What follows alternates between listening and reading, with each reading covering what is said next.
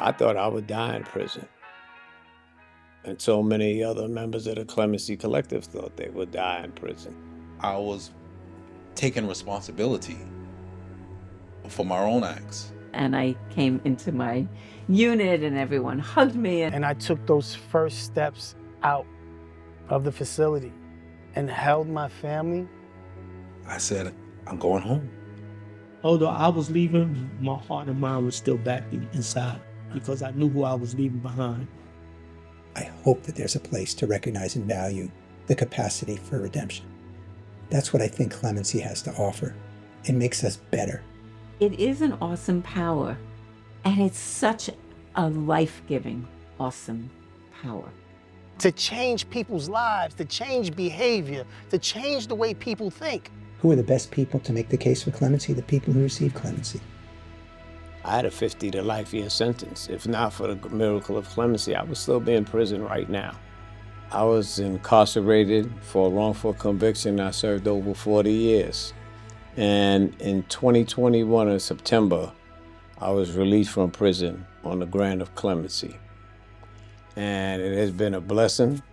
I came home and me and some other clemency recipients got together along with this law professor, Steve Zeidman, and we created the Clemency Collective. It's his tireless efforts that resulted in all of our paths to freedom. I'm honored because I get the chance to work with him at the school's Second Look project. This is the letter you wrote in 2019. Right, this is our first contact. Yeah, that you wrote to me. Remember reading this last paragraph.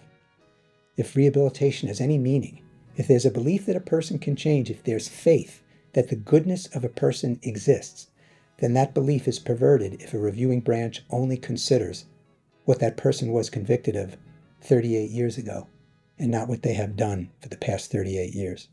If someone is doing what now people are referring to as death by incarceration sentences, 50 to life, 75 to life, clemency is really their only out in New York.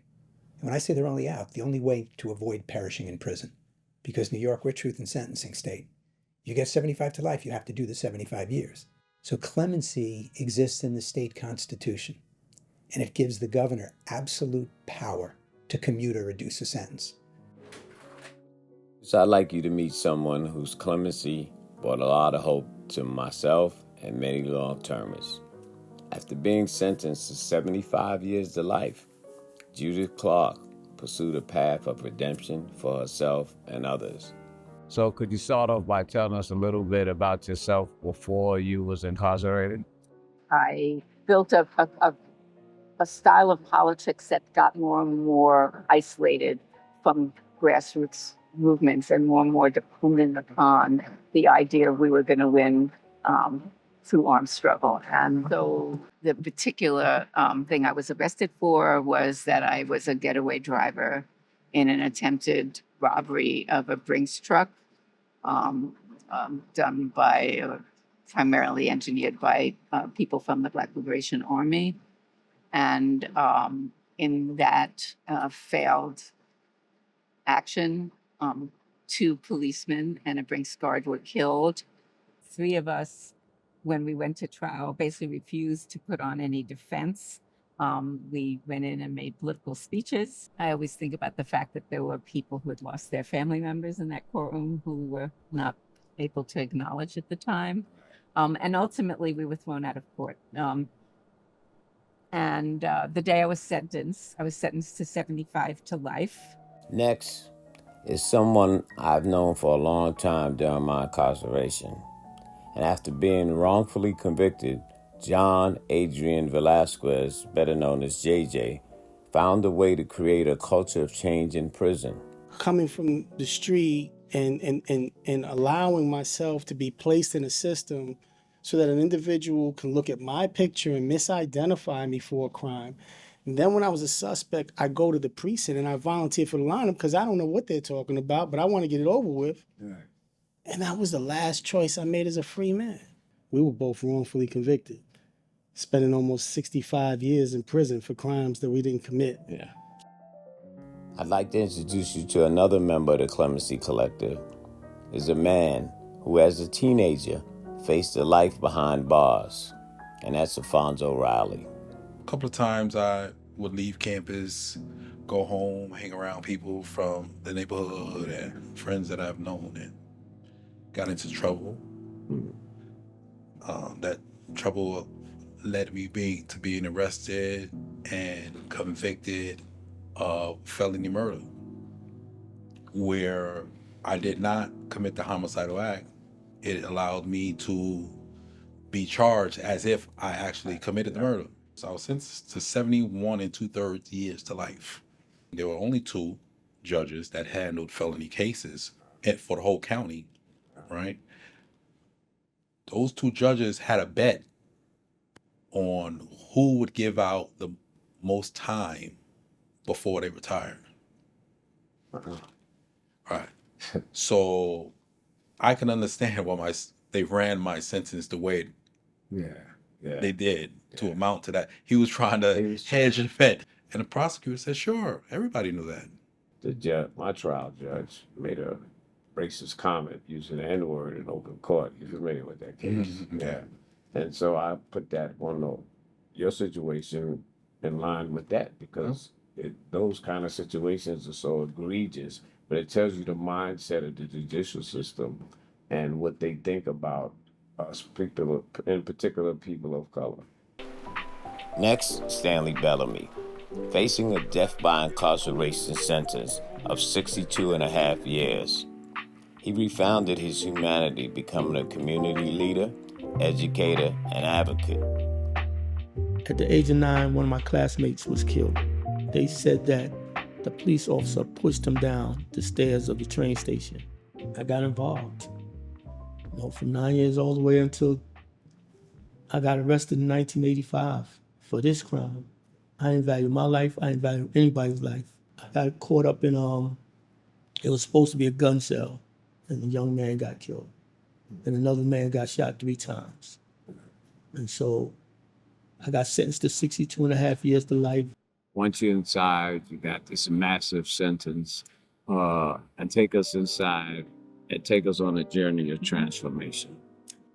You sort of decide, am I going to die in prison or am I going to live in prison? If we live in prison, then we have to figure out, how do we take the prison experience and use it both for our own betterment and the betterment of our community inside. And we were facing the beginning of the AIDS epidemic. Yeah. And myself and my co-defendant, Kathy, worked with a group of women, brought together a group of women, and we built an organization called AIDS Counseling and Education. It was a movement where women were able to say, we have to save our own lives. And in order to do that, we both have to take ownership of the changes we need to make, and also recognize the strength that we build as a community to care for each other and be the change that we're fighting for. Seeing the school building being an escape way. And when I started to feel that I can help other people, the more I started to become whole and feel human again. Yeah. Because I had lost that somewhere along the journey. So I went into the college program, and education transforms a person. It gives you promise. I finished college, was working full-time in the law library, working on my case. That's how it started, but began to help other people too. In 1990, I was pulled into the resurrection study group. That's when that transformation began, the healing, to start, finding my humanity, because I would do everything in my power to make sure no more mothers would have to cry because their young sons was gunned down in the prime of their life. And I said I would do everything in my power to make sure no more mothers would have to cry because their young sons was given prison sentences that exceeds their life expectancy. As incarcerated men, we had the ability, we had the talent, we had the skills to help solve some of the problems in our community. So could you take us through that journey to obtain clemency? The first deputy came in and he said, congratulations, the governor has given you clemency. And I was ecstatic, and I came into my unit and everyone hugged me. And The depth of security comes in by himself. Say, yeah, come with me. I was like, oh boy, they must have found something somebody had in there and they blamed on me. And, you know, especially when we got to the door, the superintendent and the deputy superintendent were standing outside the door. I was like, oh boy. This can't be good. Yeah, this can't be good. She started reading the email from the governor's office. And it said, you were granted clemency.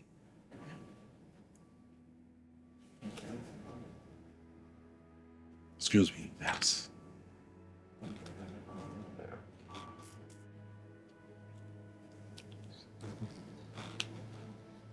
I have been locked up 30 years. Trust me, I know that feeling. Thank you. When I eventually got to the point where I was understanding what she was saying, I was like, wow. Co-workers, even the officer over there, were like, well, what did the deputy security take you out for? I said, I'm going home. When the superintendent he comes in with the DEPA program, and he tells me, and I was shocked for a minute.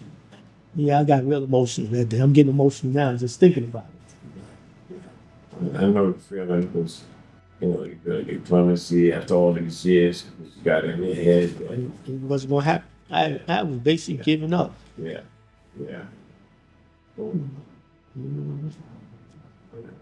There's a feeling I never thought I was gonna feel walking down them stairs, seeing all of them.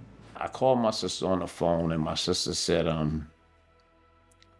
she was acting very funny, evasive. She told me, she said, you got clemency. I said, who told you that? She was like, well, I got an email. You got an email from who? You know, and I was like, oh, really? Okay. So I'm thinking it's wishful thinking. And then I was at work, and the lieutenant came down and he pulled me out. So as he reaches in his pocket and he starts reading off the letter, and just suddenly the swell of emotions, it's hard to explain. It's just like something was traveling up inside my body, and it traveled all the way up till it got here, and I couldn't speak. It was stuck here. It wouldn't come out. When in the cells, I'm thinking about the two events. I'm like, nah, it's gotta be a crude joke. You know, like somebody's just playing a game and, you know, this can't be real. And then the next morning I woke up and somebody called me and told me, yo, you're on TV. So I cut the TV on and I saw it on the news. When it was finally revealed that I would be released, and I took those first steps out of the facility and held my family, there hasn't been a better moment in my life. I left my children at 3 years old and 5 weeks. I came home to them. Now, you know, fortunately for me, they have blessed me with grandchildren, both of them. Good. And so I'm able to relive the life now with children. Let's use clemency and let's use every means we can so that people have hope and people change and people can stop dying in those prisons. Right. And I think that out of that spirit, we formed the Clemency Collective. Mm-hmm. All the work and all the stuff we did together and how we created inside. Could you imagine what we can do out here if we just put our heads together? Governors need to stop being scared to do the right thing. We're not asking you to release the world. We're asking you to release the people who have demonstrated the change. We're asking you to release people who can actually help society become better. Yeah. Collectively, we can make a huge difference. My hope is we've seen developments. We've seen more clemency grants. We've seen clemency for people convicted of murder, which, again, people said would never happen. Right. We're now seeing it on a rolling basis. You know, my hope is we just need to regularize and normalize it, to make it happen in every prison, every year, a set number of people. People are more valuable outside in their communities than in prison. Well, we need everybody to contribute, everybody to make phone calls, to send letters, to do whatever you can, use social media to ask the governor to grant more and more clemencies. You see it in my eyes. We found high among the low.